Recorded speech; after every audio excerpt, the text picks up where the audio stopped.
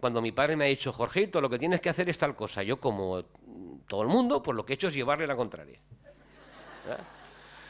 La experiencia no se transmite mecánicamente, pero sin embargo aprendemos muchísimo de la manera como ponemos nuestra propia experiencia en relación con la experiencia de los demás. Entonces, no sé si eso tiene sentido para ustedes, ¿no? El que puede ser al mismo tiempo que yo no soy lo que mi padre hubiera querido que fuera, sin embargo, casi todo lo que soy tiene que ver con mi padre. ¿Verdad? Las dos cosas al mismo tiempo. Yo creo que la relación entre la persona experimentada y la persona inexperta es un poco así. La experiencia nunca se puede transmitir mecánicamente, nadie le puede decir a nadie lo que debe hacer o con lo que se va a encontrar o cómo se debe comportar, ¿verdad? Pero, sin embargo, a veces necesitamos elaborar con alguien nuestra propia experiencia, ¿no? Esas son paradojas, todas ellas, que se derivan de ese principio que yo he enunciado de una forma tan dogmática, ¿no? Tan taxativa. La experiencia es, para cada cual, la suya. Si les he invitado también a colocar la palabra transformación, es porque ese sujeto sensible, vulnerable y abierto, ¿no?, que yo he nombrado como el sujeto de experiencia, es un sujeto fundamentalmente abierto a su propia transformación, es decir, a la transformación de sus ideas, de sus palabras, de sus sentimientos, de sus representaciones, etcétera, ¿no?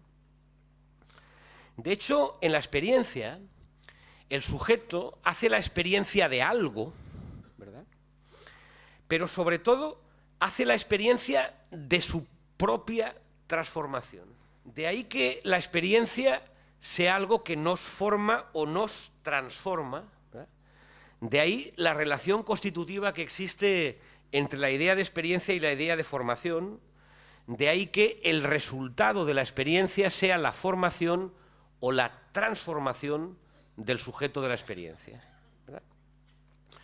Yo he dicho a veces, cuando he hablado de la experiencia de la lectura, he dicho a veces que la lectura es experiencia cuando al lector algo le pasa y cuando eso que le pasa le forma o le conforma o le deforma o le transforma, o todos los juegos de palabras que quieran hacer ustedes con la cuestión de la formación, ¿verdad?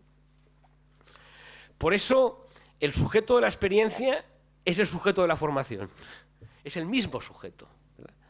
Porque el resultado subjetivo de la experiencia, el efecto subjetivo de la experiencia, es la transformación del sujeto de la experiencia. Por eso la experiencia nunca se puede resolver en dogmatismo. Hay un uso dogmático de la experiencia que todos ustedes conocen, ¿no?, que es ese de, desde la autoridad de mi experiencia te voy a decir yo a ti, ¿verdad? Como si la experiencia lo que hiciera fuera solidificar a la gente, ¿no? Yo, como ya tengo la experiencia, no me vas a contar nada que yo no sepa, ¿no? ¿Qué me vas a decir que yo no sepa? Que ya estoy de vuelta de todo, ¿no? Entonces, en ese sentido, el sujeto de la experiencia a veces es un sujeto dogmático, es un sujeto para el cual la experiencia es justamente lo que le protege de tener que estar constantemente transformándose, ¿no? Y yo lo que quería remachar con la idea de transformación es que la experiencia no puede ser dogmática. Es decir, que cuanto más experiencia tiene un sujeto, más abierto está un sujeto a su propia transformación. Es decir, la experiencia es siempre... La experiencia es la experiencia de la propia fragilidad.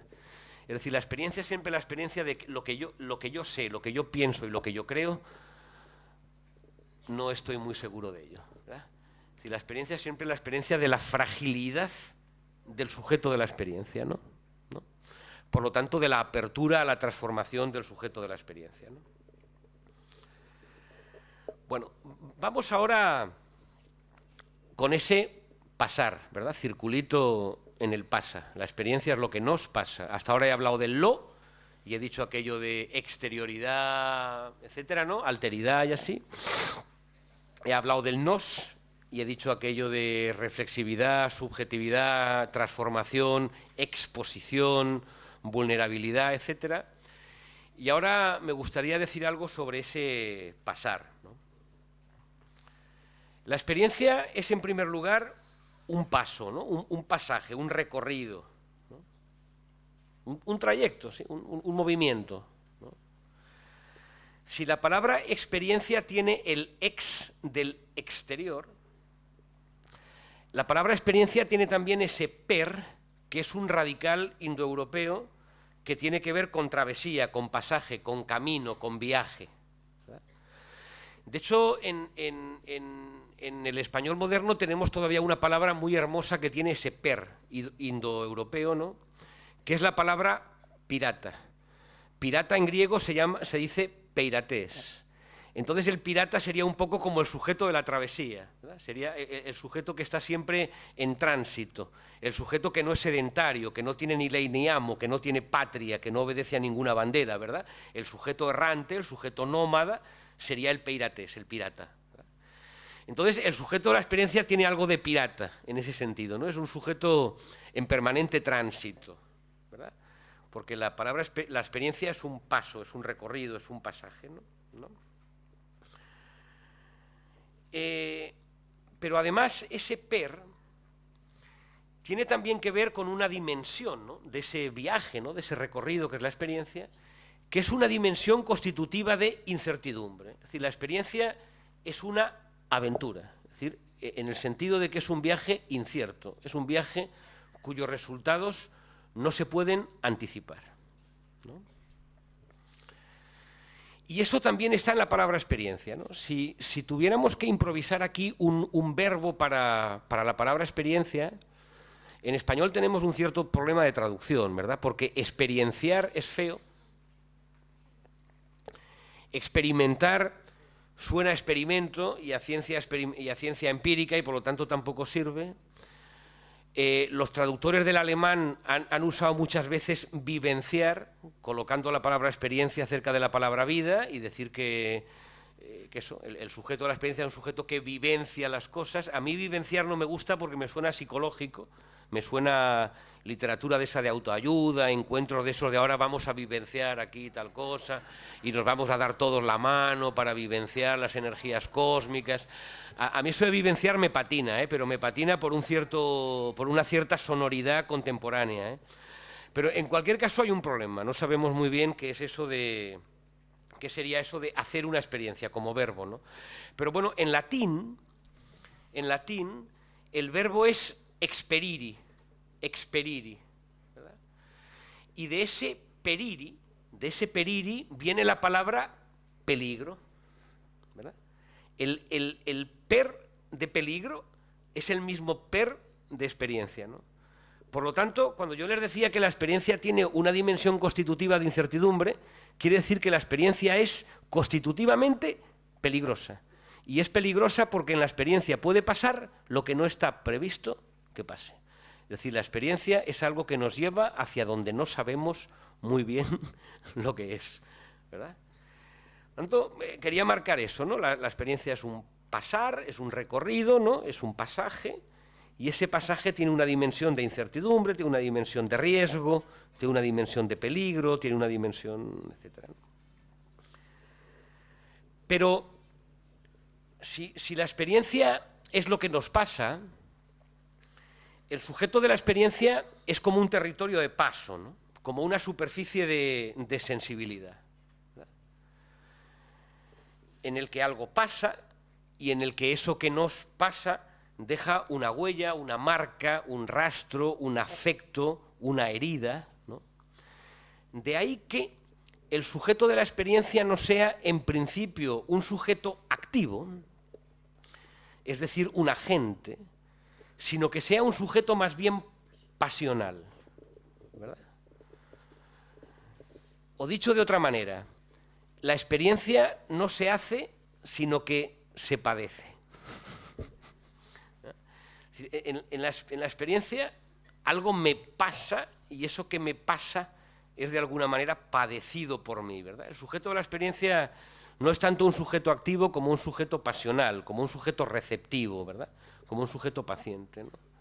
No pasivo, ¿eh? Aquí la dicotomía entre activo y pasivo no nos serviría porque el sujeto de la experiencia no es una pasividad inmóvil, sino que es una especie de pasividad estremecida, es una especie de pasividad pasional, ¿verdad? Por lo tanto, el sujeto de la experiencia es aquel que deja que le pasen cosas es decir, que es capaz de padecer lo que le pasa, ¿no? Voy a poner para, qué sé yo, concretar un poco lo que he ido diciendo hasta aquí sobre la experiencia, voy a ponerles un ejemplo, ¿no? Un ejemplo tomado de la experiencia de la lectura, que durante un tiempo ha sido mi especialidad, y que no es otra cosa que una nota a pie de página de un libro de George Steiner que se llama Lenguaje y Silencio. George Steiner escribió un libro que se llama Lenguaje y Silencio, en el cual habla de la lectura, ¿no? Y del aspecto civilizatorio y cultural de la lectura. Y en un momento dado, Steiner abre una nota a pie en el que dice lo siguiente, ¿no? Dice: quien haya leído La Metamorfosis de Kafka y sea capaz de mirarse impávido al espejo, ese señor es capaz técnicamente de leer letra impresa, pero es un analfabeto en el único sentido que cuenta. La Metamorfosis de Kafka es ese libro en que Gregorio Samsa se despertó una mañana convertido en escarabajo, y ustedes pueden sustituir la Metamorfosis de Kafka por cualquier libro, por cualquier libro que ustedes crean que ha sido fundamental en su propia formación o transformación, ¿no? Entonces la cosa sería: quien haya leído y sea capaz de mirarse impávido al espejo, es decir, se mire al espejo y no note nada, ¿no? Ese tipo es capaz técnicamente de leer letra impresa. Es decir, desde el punto de vista de entendiendo la lectura como comprensión, ese es un sujeto perfectamente alfabetizado, porque comprende lo que lee y puede responder a las preguntas idiotas que los profesores hacen sobre los libros que leemos, ¿no? Pues cuál es el personaje principal, si el narrador es omnisciente o no sé qué, ¿no? O sea, digamos que ese tipo que es capaz técnicamente de leer letra impresa puede sacar 10 en cualquier examen de literatura sobre Kafka, ¿no? Pero dice Steiner, pero ese tipo es un analfabeto en el único sentido que cuenta. ¿Cuál sería ese sentido? Ese sentido es el de la experiencia, ¿verdad? Sería el lector que comprende lo que lee, pero al que nada le pasa, ¿verdad? Entonces, me voy a permitir variar un poco esa cita de Steiner, ¿no? Jugar un poco con esa cita de Steiner, ¿no? Y hablar un poco, digo, para ejemplificar lo que estamos hablando. Aquí el texto de Kafka hace de acontecimiento, ¿verdad? Es el ex, ¿verdad? El sujeto que no puede mirarse impávido al espejo es el me, ¿no? Es el sujeto al que algo le pasa, y el pasar de lo que pasa